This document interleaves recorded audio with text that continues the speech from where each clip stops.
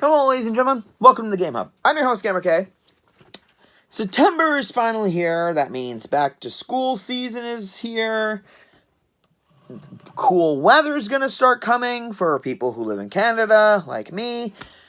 And another thing, time for a new bunch of videos.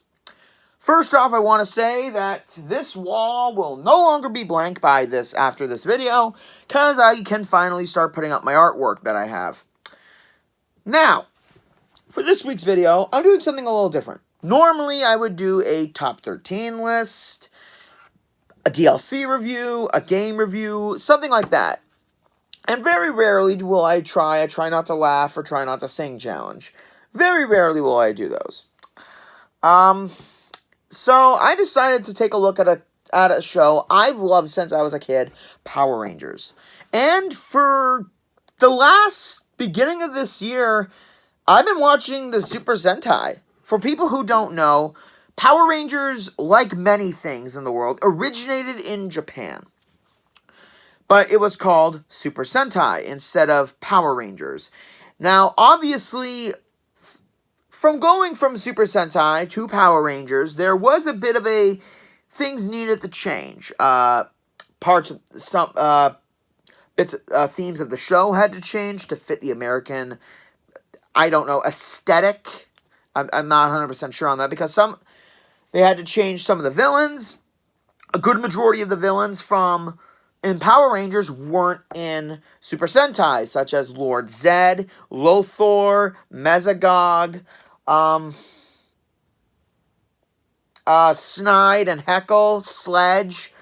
So they had to change a bunch of the themes in order to make it, kid-friendly, but some of them still do a good job. Megaforce and Operation Overdrive, on the other hand, did not.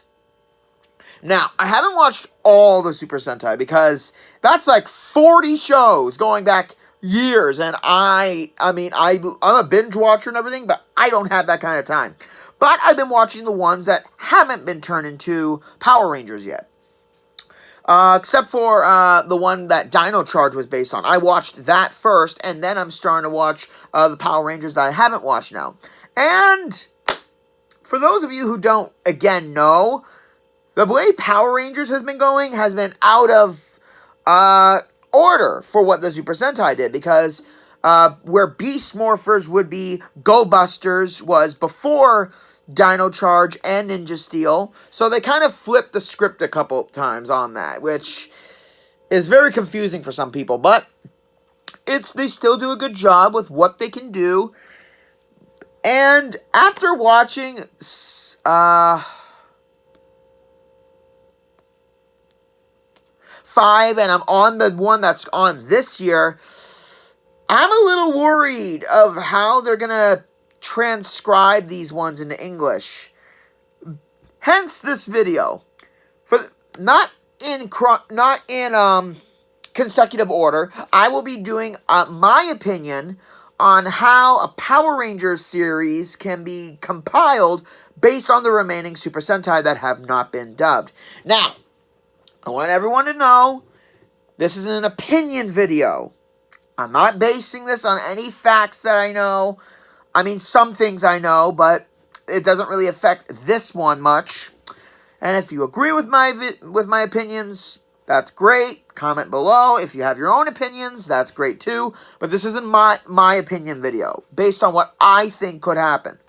So, let's start with the one that's definitely been left in the dust for a good 3, going past 3 other Sentais. Resha Sentai Toqger, which translates to Train Group Toqger. Now, in this video, I will be demonstrating the theme and plot of the Sentai, and trying to come up with an idea of how they can still keep it into a Power Rangers series. Well, let's get on with it, ladies and gentlemen. Starting off, the theme for Resha Sentai is, it seems childish, but goddamn if it doesn't have some good points. Basically, the main heroes are the Rainbow Line, which only kids can see, if you can believe it or not, or people with big imagination can see it. So, kind of like Santa Claus in the Polar Express. And I never thought I'd be referencing that movie in a good way. But, dear Lord, it's true. But the Shadow Line is trying to create railroads in order to corrupt the world in darkness. It will eliminate all imagination so there will be no one left to fight them back.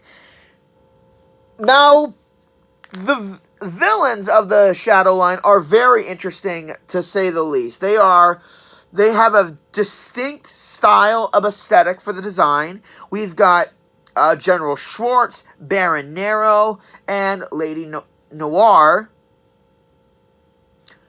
And Glitter or Grita or whatever it is, it's said two different ways. And their master Z, which I think is supposed to be Zero, but they change it to Z. He comes in like later in the show, and his obsession, being the Emperor of Darkness, his obsession with the light and wanting to have that light as his own, but being a shadow, he can't really have it. It's ingenious seeing a villain struggle, wanting to obtain something that he has no comprehension on. It's never been done in Power Rangers, so I think having a villain who wants to know what the light feels like, but he's unable to do so because it hurts him, I think it could work. It would be kind of like in Bicentennial Man, where Robin Williams played a robot, but was understanding human emotions. And like iRobot, where Sonny was built to understand emotions and feel them. I think something like that can definitely be used for a villain. Now, the other villains, all of them have a theme of darkness, such as Schwartz, who's this German general-looking character who is completely badass in the beginning, and then in the end he slowly becomes an anti-hero a little bit. So Schwartz, Nero, and Noir, all their names mean black in a way. Schwartz is German for black, Nero is, I think it means black, and Noir is obviously French for black. And then Mork comes in later. I'm not sure how that relates to darkness, but I'm not sure. And all the monsters are inanimate objects, just with the name Shadow after them, like Soap Shadow, Chair Shadow, Bakudan Shadow, which is obviously a bomb. I think a way. Now, like I said, their main goal is to create the Shadow Line Railroad across the world in order to corrupt the world in darkness, so it's ready for their master's return. I think they can still keep that idea for a Power Ranger series. I really do. Because corrupting the world with darkness, that's a lot better than just, taking over the world. Although now that I think about it, a good number of Power Rangers hasn't done that for a while since, I guess, Megaforce? I guess. I think it could definitely be done in a clever way. And as for creating the monsters, I noticed that in Resha Sentai, all the generals or all the main villains have their own set of monsters. I like that. I think, let me think. It could be like, and I can't believe I'm referencing this again. I think it could be like Miraculous, where if someone's feeling negative emotions, they can corrupt those people and in turn create the monster from that person's negative emotions. Although I'm kind of referencing Rio Soldier right now, so maybe not that. I don't know, just something to make these shadows feel like they weren't already created. Something to envelop negativity, because darkness comes from negativity. Much like in Kingdom Hearts Birth by Sleep, negative emotions create Unversed. Negative emotions in here could create the shadows. I think it could work in that way. I mean, they may also do a different way, but we'll see what happens. As far as the heroes go, I did not see this coming at all. And I'm going to tell you right now, I watched Toqger first before I watched Toqger because I was naive at the time. Toqger definitely did something different with its heroes. As their village is being swollen up by the darkness, 5 kids, I'm going to let you all soak this in, 5 kids with incredible imagination are spared, and the light brings them onto the Rainbow Line train. Okay, well, 4 of them, their leader, right. I'm starting to think all you need to do to be a Super Sentai Red Ranger is to have your name be frickin'... Just have it be short, because we have Ko, we have King, we got Lucky, Kira. All you need to do is have a short name and really cool hair, and then you're a Red Ranger. I'm not even kidding. He's, for some reason, was sent to a Shadow Line train where the first monster is, and yeah, it's explained later why, but I still think they can do it. So the kids, because of their imagination and the power of the Rainbow Line, turns them into adults. They don't have any of their old memories from their town because for some reason that got destroyed while it was swallowed in darkness, but they still know who they are, and they're informed of what they need to do. So I think this could be done in a way. I mean, if you have 5 kids, and then through the power of the imagination, they can become adults in order to fight off the Shadow Line. I think they can still do that. Although, in retrospect, Power Rangers, what's the word? Rap sheet for using kids for Power Rangers did not pan out so well. I refer you to Power Rangers Turbo, where the kid was the Blue Ranger, and by far the worst thing in the series. Outside of Divatox. Can we just erase Turbo from our memories? And yeah, so yeah, it did not go so well the way they did it. The kid morphs and then he's tall. No. Russia Sentai did this good, and that, oh my god, I think it could be good. Think about it. 5 kids who are in danger believe enough that they become adults. I mean, that might be weird, because in the show they do stuff like relationships and stuff like that. So, not really sure how they can adapt to that but if cartoons can do it, I think it can work. Oh boy. Some things will obviously have to go, but the conductor and Ticket, I hope they stay. Because those two were funny, and yeah, the running gag of seeing if he's really talking through the puppet or not, I think would be funny. It could definitely get some comic relief, and it would be 10 times better than what Megaforce did with that stupid high school science project robot they had.